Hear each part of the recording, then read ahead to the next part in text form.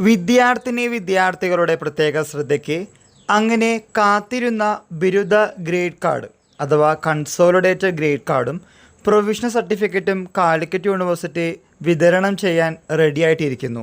പല വിദ്യാർത്ഥികളുടെയും സ്വപ്ന സാക്ഷാത്കാരമാണ് ഇനി നടക്കാൻ പോകുന്നത്. പ്രൊവിഷണൽ സർട്ടിഫിക്കറ്റ് എന്ന് പറയുന്നത് ഒറിജിനൽ സർട്ടിഫിക്കറ്റ് കിട്ടുന്നതിന് മുമ്പുള്ള ഒരു വാലിഡിറ്റി സർട്ടിഫിക്കറ്റ് തന്നെയാണ്. വീഡിയോയിലേക്ക് വരാം. കാലിക്കറ്റ് സർവകലാശാലയുടെ കീഴിലെ വിവിധ UG കോഴ്സുകളിൽ 2022 പ്രവേശനം നേടുകയും 2025 കോഴ്സ് വിജയകരമായി പൂർത്തീകരിക്കുകയും ചെയ്തവരുടെ കൺസോളിഡേറ്റഡ് ഗ്രേഡ് കാർഡും പ്രൊവിഷണൽ സർട്ടിഫിക്കറ്റും അതത് കോളേജുകളിലേക്ക് മെയ് 30 മുതൽ കൈമാറും. വിദ്യാർത്ഥികൾ കോളേജ് അധികാരികളുമായി ബന്ധപ്പെട്ട് സർട്ടിഫിക്കറ്റ് കൈപ്പറ്റേണ്ടതാണെന്ന് പരീക്ഷാ കൺട്രോളർ അറിയിച്ചു. മെയ് 30 മുതൽ യൂണിവേഴ്സിറ്റി കോളേജിലേക്ക് സർട്ടിഫിക്കറ്റ് കൈമാറും. അന്ന് പോയി കഴിഞ്ഞാൽ കിട്ടുമോ എന്നറിയില്ല.